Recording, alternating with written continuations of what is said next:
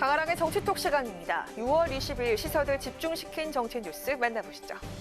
자, 오늘의 첫 번째 정치톡은 인큐베이터 정권입니다. 지난 주말을 거치면서 대선 등판설이 급부상한 또 한 명의 주자가 있죠. 바로 최재형 감사원장입니다.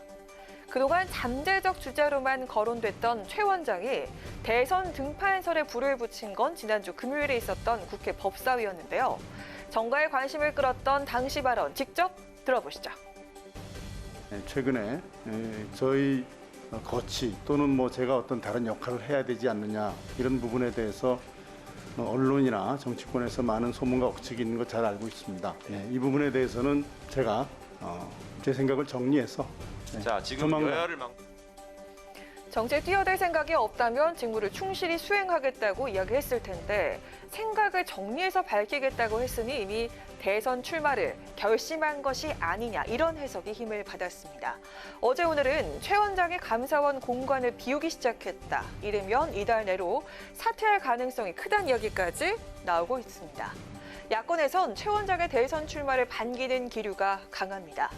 국민의힘 김재원 최고위원은 월성원전 1호기 감사 과정에서 여권의 집중 공세에 맞섰던 최 원장이 기호 2번을 달고 나가야 당선된다며 공개 러브콜을 보냈습니다. 그러면서 정부 여당을 향해선 이렇게 직격탄을 날렸습니다. 불임정당이라고 우리 맨날 놀림 받았잖아요. 그런 상황에서 문재인 정권은 마치 인큐베이터 정권처럼 자신들이 임명해서 김동연 또 윤석열 지금은 최재형 감사원장까지 전부 대선 후보로 키워서 야권에 공급해 주거든요. 이게 플랫폼 정권인지 인큐베이터 정권인지 모르겠어요. 윤석열 전 검찰총장이 김동연 전 경제부총리에 이어서 최재형 감사원장까지 현 정부에 몸담았던 인사들이 줄줄이 야당의 대권 주자로 거론되는 상황을 꼬집어서 김 최고위원은 인큐베이터 정권이냐고 쓴소리를 했습니다.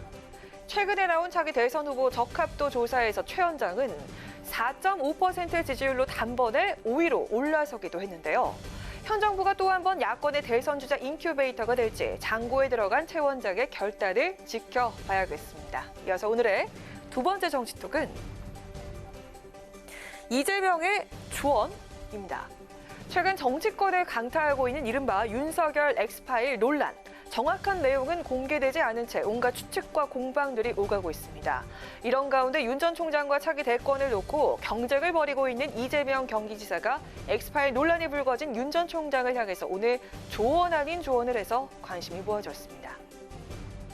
정치 세계에 조금 일찍 들어온 입장에서 또 유사한 경험을 많이 한 사람 입장에서 조언을 한번 드린다면 정치인은 그냥 발가벗는다는 심정으로 모든 의혹이나 모든 질문에 대해서 답해야 합니다. 있는 사실 다 인정하고 또 잘못된 것 잘못됐다고 사과하고 부당한 거는 부당하다고 지적해서 정면으로 그걸 돌파해야지 피한다고 피해지지도 않는다는 제가 조언하는 조언을 한번 드리고 싶습니다. 엑스파일 논란을 어떻게 보느냐는 기자들의 질문에 저도 요약된 비슷한 것을 보기는 봤다고 밝힌 이재명 지사.